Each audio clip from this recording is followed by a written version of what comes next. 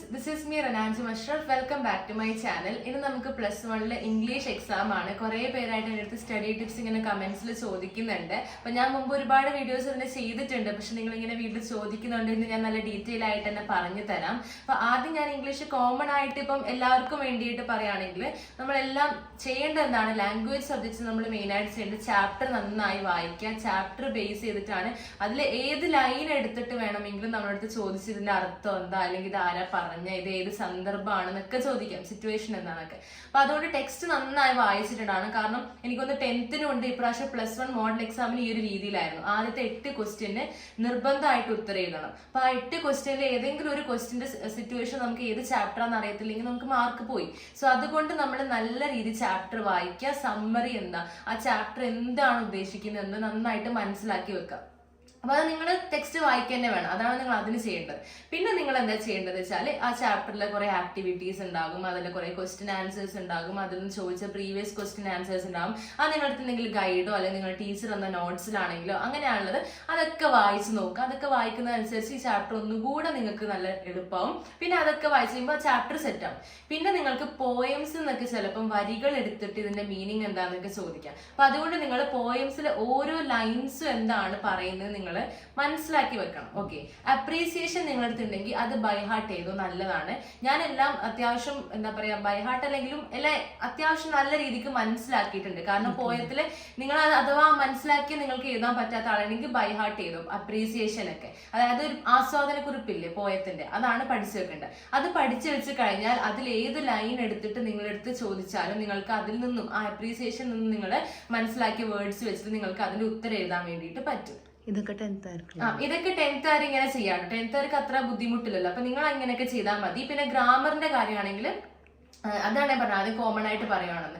Grammar ആണെങ്കിൽ നിങ്ങൾ എല്ലാത്തിൻ്റെ റൂൾസ് ഒക്കെ മനസ്സിലാക്കി വെക്കുക. റിപ്പോർട്ടഡ് സ്പീച്ച് ഒക്കെ വരുന്നുണ്ട്, കുറേ പേർക്ക് ടഫാണ് എല്ലാത്തിനും. ഞാൻ കഴിഞ്ഞ വർഷം എന്താ ചെയ്തത്, റിപ്പോർട്ട് സ്പീച്ച് ഞങ്ങൾക്ക് ടീച്ചർ ഒരു ബുക്ക് തന്നിട്ട് അതൊരു 10-15ഓളം എക്സാമ്പിൾസ് ഞങ്ങളെ കൊണ്ട് സ്വയം എഴുതിപ്പിച്ചു, പല ടൈപ്പിലുള്ളത്. അപ്പൊ നിങ്ങൾ എന്താ ചെയ്യേണ്ടത്, പ്രീവിയസ് ക്വസ്റ്റ്യൻ എടുത്തിട്ട് കുറേ ടൈപ്പിലുള്ള ഗ്രാമറുകൾ നിങ്ങളൊന്ന് പ്രാക്ടീസ് ചെയ്ത് കഴിഞ്ഞാൽ അത് സെറ്റ് ആയിക്കോളും. അത് കുഴപ്പമില്ല. ഓക്കെ, പിന്നെ അപ്പൊ 10th ആർക്ക് വേണ്ടിയിട്ടാണ് ഞാൻ ഇതുവരെ പറഞ്ഞത്, കുറച്ചും കൂടി സിമ്പിൾ ആണല്ലോ. പിന്നെ നിങ്ങൾക്ക് കുറെ നരേഷൻ ഒക്കെ ഉണ്ട് ഫസ്റ്റ് ചാപ്റ്ററിലേക്ക്. അപ്പൊ അതൊക്കെ എന്തായാലും റിപ്പീറ്റഡ് ആയി ചോദിക്കുന്നതാണ്. അപ്പൊ ആ ഒരു നരേഷനൊക്കെ നന്നായിട്ട് പഠിച്ചു വെച്ചു, അതിലെ വാക്കുകളൊക്കെ. പിന്നെ 10th ആർ അത്ര ടെൻഷൻ അടിക്കേണ്ട ആവശ്യമൊന്നുമില്ല. ഇംഗ്ലീഷൊക്കെ നിങ്ങൾക്ക് അത്യാവശ്യം നിങ്ങളുടെ അറിയുന്ന ലാംഗ്വേജ് വെച്ച് നിങ്ങൾക്ക് എഴുതിയ മാർക്ക് കിട്ടും. പിന്നെ എല്ലാത്തിന്റെ ഫോർമാറ്റ് പഠിച്ചു വെക്കണം, അതെന്തായാലും ഇമ്പോർട്ടന്റ് ആണ്. നമ്മള് കറക്റ്റ് ഫോർമാറ്റിൽ ഉത്തരം എഴുതിയാൽ നമുക്ക് അതിന് ഓരോ മാർക്ക് ഉണ്ട്. ഓക്കെ, അപ്പൊ ലെറ്ററിന്റെ ഫോർമാറ്റ്, ഡയറിയുടെ ഫോർമാറ്റ്, അതൊക്കെ നിങ്ങൾ കറക്റ്റ് ആയിട്ട് അറിഞ്ഞിട്ടുണ്ടാവണം. ഓക്കെ, ഇനി +1 വേണ്ടിയിട്ട് ഞാൻ പറഞ്ഞുതരാം. നമുക്ക് കുറച്ചും കൂടി എന്താ പറയുക, ഇംഗ്ലീഷ് കുറച്ചും കൂടി ടഫാണ്. ടഫ് മീൻസ് അതായത് കുറെ പേർക്കൊക്കെ A+ ഒക്കെ നഷ്ടമാകുന്നത് ഇംഗ്ലീഷിലാണെന്ന് പറഞ്ഞ് കുറെ പേരൊക്കെ ടെൻഷൻ അടിക്കുന്നുണ്ടാവും. ഇപ്പം കുറെ പേരൊക്കെ പറഞ്ഞിട്ട് എനിക്ക് എല്ലാത്തിലും A+ ആയിരുന്നു, ഇംഗ്ലീഷിൽ 1 മാർക്കിന് 1-2 മാർക്കിന് A+ പോയി, അല്ലെങ്കിൽ ഇംഗ്ലീഷിൽ കാരണം എനിക്ക് 2-3 മാർക്ക് കുറഞ്ഞു, അങ്ങനെയൊക്കെ പറഞ്ഞിട്ട്. അതെന്താന്ന് വെച്ച് കഴിഞ്ഞാൽ എല്ലാവരും പറയുന്നത് ഇംഗ്ലീഷ് അത്ര നമ്മൾ പെർഫെക്റ്റ് ആയിട്ട് കുറെ ഗ്രാമർ മിസ്റ്റേക്ക് ഒന്നും വരുത്താണ്ട് എഴുതിയാലാണ് നമുക്ക് നല്ല മാർക്ക് കിട്ടാന്നാണ്. അപ്പൊ അതുകൊണ്ടാണ് സംഭവം. അപ്പൊ ഞാൻ എന്താ പറയുന്നത് വെച്ച് കഴിഞ്ഞാൽ, ഞാനിപ്പോ ഈ മോഡൽ എക്സാമിന് അത്യാവശ്യം അതുകൊണ്ട് തന്നെ ഇംഗ്ലീഷ് ഞാൻ കുറച്ചുകൂടി എഫേർട്ട് എടുത്തൊക്കെ പഠിച്ചിട്ട് ഞാൻ എഴുതി.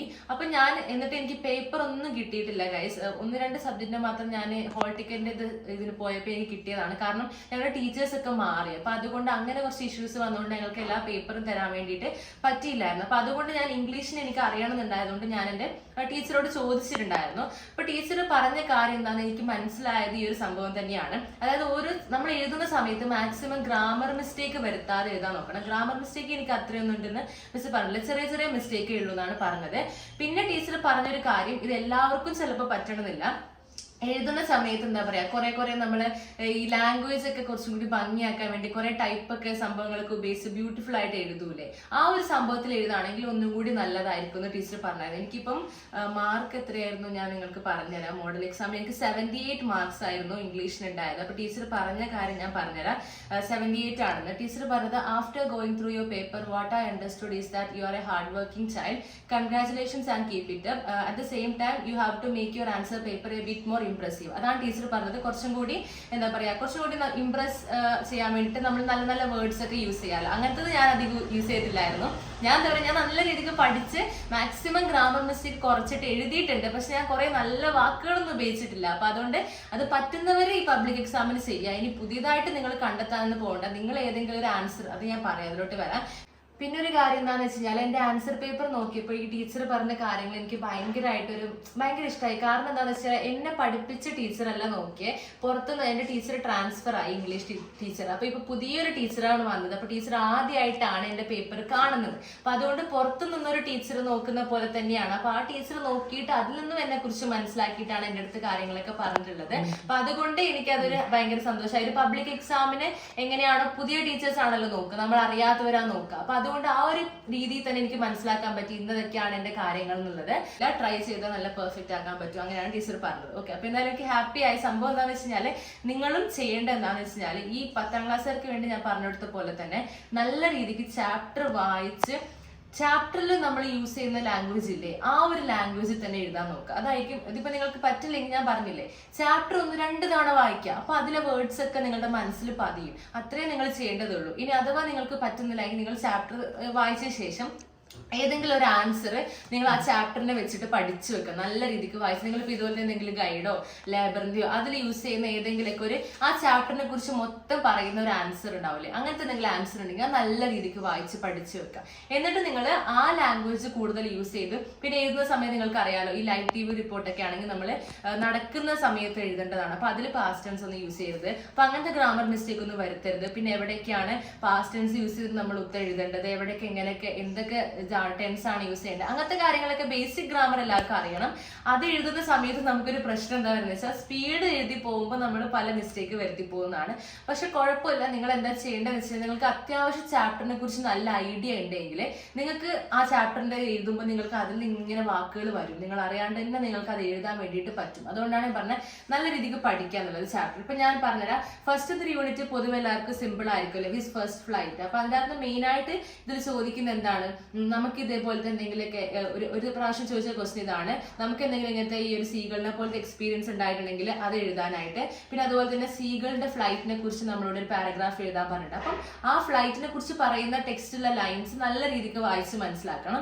പിന്നെ നമ്മളുടെ ഇതേപോലെ നമ്മളെടുത്ത് ഇതേപോലെ ഒരാൾക്ക് മോട്ടിവേറ്റ് ചെയ്തുകൊണ്ട് ലെറ്റർ എഴുതാനോ അങ്ങനെയൊക്കെ ചോദിക്കാം. നമ്മൾ ഈ ചാപ്റ്റർ വായിച്ചപ്പോൾ നമുക്ക് നല്ല കോൺഫിഡൻസ് കിട്ടി, അതിനെക്കുറിച്ച് നമ്മളുടെ ഫ്രണ്ടിനോട് നമ്മളൊരു ഇമെയിൽ എഴുതാണെങ്കിൽ ആ ഇമെയിൽ എഴുതാം. അങ്ങനെയൊക്കെയാണ്. സെക്കൻഡ് ചാപ്റ്ററിൽ അതുപോലെ തന്നെ അബ്ദുൽ കലാം തരുന്ന ആ ഒരു മെസ്സേജ് ഇല്ലേ, ആ ഒരു മെസ്സേജിനെ ബേസ് ചെയ്തിട്ട് എന്ത് ചോദിക്കാം, ലെറ്റർ എഴുതാനോ ഡയറി എഴുതാനോ എന്ത് എഴുതാനോ ഇമെയിൽ എഴുതാനോ ഒക്കെ ആയിട്ട് ചോദിക്കാം. സ്പീച്ച് തയ്യാറാക്കാൻ ചോദിക്കാം, മോട്ടിവേഷനെ കുറിച്ച് അങ്ങനെയൊക്കെ പറഞ്ഞാണ്. 3rd ചാപ്റ്ററിൽ ഇതേപോലെ തന്നെ നമുക്കറിയാലോ, സ്റ്റീഫൻ ഹോക്കിങ് കുറെ സ്ട്രഗിൾസിലൂടെ കടന്നു പോയിട്ടുണ്ട്, എന്നിട്ടും ഇത്രയും വലിയൊരാളായി. അപ്പൊ അതിനെക്കുറിച്ച് നിങ്ങൾക്ക് കിട്ടിയ കാര്യങ്ങൾ എന്നൊക്കെ പറഞ്ഞിട്ട് അതും നമ്മളെടുത്ത് ചോദിക്കാം ആ ചാപ്റ്ററിന്. പിന്നെ ഇഫ് എന്നുള്ള പോയത്തിൽ നിന്ന് നമുക്ക് എന്ത് വേണമെങ്കിൽ ചോദിക്കാം. ഒരാള് പെർഫെക്റ്റ് ആവാൻ വേണ്ടിയിട്ട് അല്ലെ, ഒരു പെർഫെക്റ്റ് മാൻ ആവാൻ വേണ്ടിയിട്ട് ഒരാൾക്ക് എന്തൊക്കെ ഗുണങ്ങളാണ് വേണ്ടതെന്നാണ് പറയുന്നത്. അപ്പൊ ഓരോരോ ഗുണങ്ങൾ നിങ്ങൾ ആ ലിസ്റ്റ് ചെയ്തിട്ട് ആ ഒരു 5-6-7-8 ഗുണങ്ങൾ എന്തോ ഉണ്ട്, അത് നിങ്ങൾ ബൈഹാർട്ട് ചെയ്യുക, അതിനെ നിങ്ങൾ വികസിപ്പിച്ച് എഴുതുക. പിന്നെ സെക്കൻഡ് യൂണിറ്റിൽ വരുന്നത് ഗാന്ധിജി വന്നപ്പം ഇന്ത്യയിലുണ്ടായ മാറ്റങ്ങളും ഗാന്ധിജിയുടെ ഡ്രീമിലുള്ള ഇന്ത്യ, അങ്ങനത്തെ ഗാന്ധിജിയുടെ 2-fold ആക്ഷൻ, അതിനെ കുറിച്ചൊക്കെ ചോദിക്കാം. അപ്പൊ അതൊക്കെ ടെക്സ്റ്റിലുള്ളതാണ്. ടെക്സ്റ്റ് നന്നായിട്ട് വായിക്കുക എല്ലാവരും. പിന്നെ പ്രൈസ് ഓഫ് ഫ്ലവേഴ്സിൽ എന്ത് ചോദിക്കാം വേണമെങ്കിൽ നമ്മുടെ അടുത്ത് ഗുപ്തയുടെ നമ്മുടെ ക്യാരക്ടർ സ്കെച്ച് ചോദിക്കാം, അല്ലെങ്കിൽ ആ ആൾക്ക് ഈ ചാപ്റ്ററിലുള്ള റോള്, പിന്നെ മാഗിയുടെ എന്താ പറയാ ഹോപ്പിനെ കുറിച്ചും മാഗിയുടെ മദറിന്റെ ഹോപ്പിനെ കുറിച്ചും ഒക്കെ ആയിട്ട് ചോദിക്കാം. മൊത്തത്തില് ഹോപ്പിനെ കുറിച്ചുള്ള ഒരു ചാപ്റ്റർ ആണ് അതിൽ വരുന്നത് തന്നെ. പിന്നെ അങ്ങനെ അതിൽ ചോദിക്കാം. പിന്നെ ഡെത്ത് ലെവലർ, എന്ത് പൊസിഷനിലുണ്ടെങ്കിലും ഡെത്ത് എന്ന് പറയുന്ന ഒരു ഫൈനലായിട്ട് എല്ലാത്തിനും ലെവൽ ചെയ്യുന്ന ഒരാളാണ്, അങ്ങനെ പറഞ്ഞിട്ടില്ലേ. അപ്പൊ അതിൽ മെയിൻ അതാണ്, നമ്മൾ എത്ര പൊസിഷനിലുള്ള ആളാണെങ്കിലും നമുക്ക് എന്തായാലും നമ്മൾ എല്ലാവരും മരണത്തിന് കീഴടങ്ങണം, അങ്ങനെ പറഞ്ഞിട്ടാണ് ആ ചാപ്റ്ററിൽ മെയിൻ ആയിട്ട് പറയുന്നുള്ളത്. അപ്പൊ ആ ഒരു ചാപ്റ്റർ എല്ലാ യൂണിറ്റും ഒരു സെൻട്രൽ ഐഡിയ ഉണ്ടാവും. ഒരു യൂണിറ്റിന് ഒരു സെൻട്രൽ ആയിട്ടൊരു തീം ഉണ്ടാവും.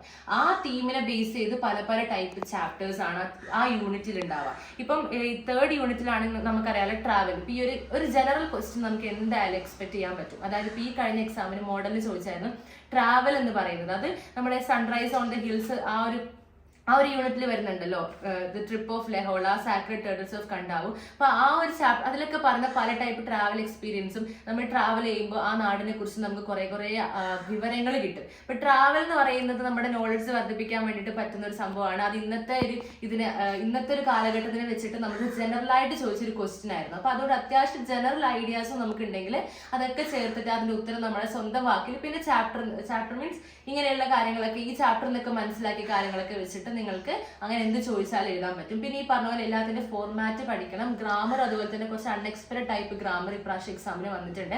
അതൊക്കെ എല്ലാവരും നോക്കുക കേട്ടോ. പിന്നെ ആ ഒരു സംഭവങ്ങളൊക്കെ പിന്നെന്താണ്, പിന്നെ എല്ലാ ചാപ്റ്റർ പോയത്തിന്റെ അപ്രീസിയേഷൻ ഇതേപോലെ തന്നെ പോയത്തിൽ ഏത് ലൈൻസ് എടുത്ത് ചോദിക്കും. നമുക്ക് ഇപ്രാവശ്യമുള്ള പോയംസ് എന്നൊക്കെ പറഞ്ഞാൽ കുറച്ചും കൂടി അഡ്വാൻസ്ഡ് പോയംസ് ആണ് നമ്മൾ ഇതുവരെ പഠിച്ചത്, മുമ്പത്തെ കഴിഞ്ഞ വർഷങ്ങളൊക്കെ പഠിച്ചിരുന്നത്. അപ്പൊ അതുകൊണ്ട് എല്ലാ തരത്തിലും ആ ഒരു പോയത്തിനെ കുറിച്ച് നമുക്ക് അറിഞ്ഞിരിക്കണം. അതിൽ അപ്രീസിയേഷൻ, മെയിൻ അപ്രീസിയേഷൻ എന്തെങ്കിലുമൊക്കെ ഉണ്ടെങ്കിൽ അത് നമ്മൾ എന്തായാലും പഠിച്ചു വെക്കുക. അപ്പൊ നമുക്ക് അതിൽ ഏത് ലൈൻ ചോദിച്ചാൽ എഴുതാൻ പറ്റും. പിന്നെ 4ാമത്തെ യൂണിറ്റിൽ പറയുന്നത് എന്തെങ്കിലുമൊക്കെ ഡിസാസ്റ്റർ വരുമ്പം first disaster and disaster management in India. അപ്പൊ ഇന്നത്തെ കാലത്ത് ഡിസാസ്റ്റർ കൂടി, അപ്പൊ അതിനെക്കുറിച്ച് ഏത് തരത്തിലും ജനറൽ ക്വസ്റ്റ്യൻ ചോദിക്കാം. ഒരിക്കൽ ചോദിച്ചിട്ടുണ്ടായിരുന്നു. അല്ലെങ്കിൽ സെറാങ് ഓഫ് റാണാഗഞ്ചിയിൽ അവരെങ്ങനെയാണ് ആ ഒരു ഡിസാസ്റ്റർ നേരിടുന്നത്, ആ ഒരു സെറാങ്ങിന്റെ ഹസന്റെ റോള് ക്യാരക്ടർ സ്കെച്ച് എങ്ങനെ ചോദിക്കാം. റെക്ക് ഓഫ് ദ ടൈറ്റാനിക്കിലെ ആ ഒരു ടൈറ്റാനിക്കിലെ ഹീറോസിനെ കുറിച്ച് ചോദിക്കാം.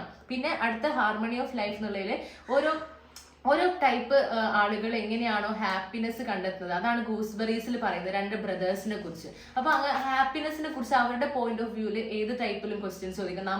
നിങ്ങളുടെ നിങ്ങൾക്ക് ഹാപ്പിനെസ് കിട്ടാൻ എന്താണ് നിങ്ങളുടെ ഒരു പോയിന്റ് ഓഫ് വ്യൂല് ഒരു റൈറ്റപ്പ് ചെയ്ത് അങ്ങനെ എന്തെങ്കിലുമൊക്കെ പറഞ്ഞ് ചോദിക്കാം. അപ്പൊ ജനറൽ ക്വസ്റ്റ്യൻ ആയിട്ട് അപ്പൊ നമ്മുടെ കാര്യങ്ങളൊക്കെ എഴുതണം. കൂടെ ചാപ്റ്റർ ബേസ് ചെയ്തിട്ട് നമ്മൾ എഴുതാം. പിന്നെ ടു സ്ലീപ്പിൽ ഇതേപോലെ തന്നെ നല്ലൊരു മോർണിംഗ്, നമ്മുടെ ഒരു ഡേ ത്രൂ ഔട്ട് നല്ല രീതിക്ക് മുന്നോട്ട് പോകാൻ വേണ്ടി നല്ലൊരു സ്ലീപ്പിനെ കുറിച്ചും ആ ഒരു ഓദർ അതിനുവേണ്ടി കഷ്ടപ്പെടുന്ന ആ കാര്യങ്ങളെ കുറിച്ചൊക്കെ പറയാം, സ്ലീപ്പ് വരാൻ വേണ്ടിയിട്ട്.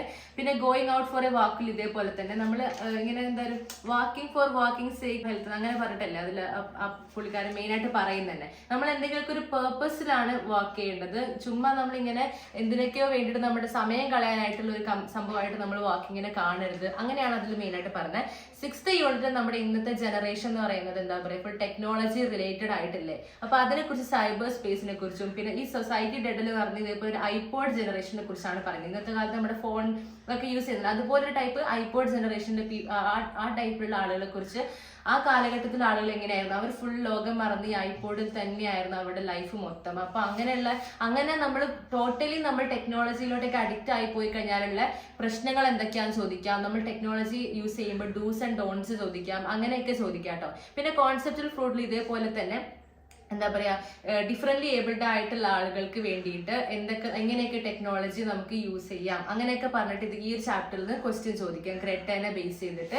അപ്പൊ അത്രയാണ് നമ്മുടെ യൂണിറ്റ്സ് ഇംഗ്ലീഷിൽ വരുന്നത്. ഇപ്പൊ ഏകദേശം ഒരു ഐഡിയ കിട്ടിയില്ലേ, ഇത്രയേ ഉള്ളൂ. നിങ്ങൾ എല്ലാ യൂണിറ്റും വളരെ കൃത്യമായിട്ട് മനസ്സിലാക്കുക. എന്നിട്ട് നിങ്ങൾ എല്ലാത്തിന്റെയും ഫോർമാറ്റ് പഠിക്കുക, ഗ്രാമർ കുറെ ക്വസ്റ്റ്യൻസ് എടുത്ത് ചെയ്യുക, ചാപ്റ്റർ നന്നായി വായിച്ച് മാക്സിമം ഗ്രാമർ മിസ്റ്റേക്ക് ഇല്ലാണ്ട് തന്നെ നിങ്ങൾ എഴുതാണ്ട് നോക്കുക. ഇപ്പൊ ലാംഗ്വേജിൽ ഒരുപാട് ബ്യൂട്ടി വരുത്താൻ ശ്രമിച്ചില്ലെങ്കിൽ കുഴപ്പമില്ല, ഗ്രാമർ മിസ്റ്റേക്ക് കുറച്ച് നല്ലൊരു ഐഡിയ നിങ്ങൾക്ക് ആ ചാപ്റ്ററിനെ കുറിച്ച് ഉണ്ട് എന്നുള്ളത് നിങ്ങൾ ആ പേപ്പറിൽ കാണിക്കാൻ ശ്രമിച്ചാൽ മതി. അപ്പൊ എല്ലാവരും വീഡിയോ എന്തായാലും ലൈക്ക് ചെയ്യുക, ഷെയർ ചെയ്യുക. പിന്നെ എല്ലാവർക്കും ഓൾ ദി ബെസ്റ്റ്.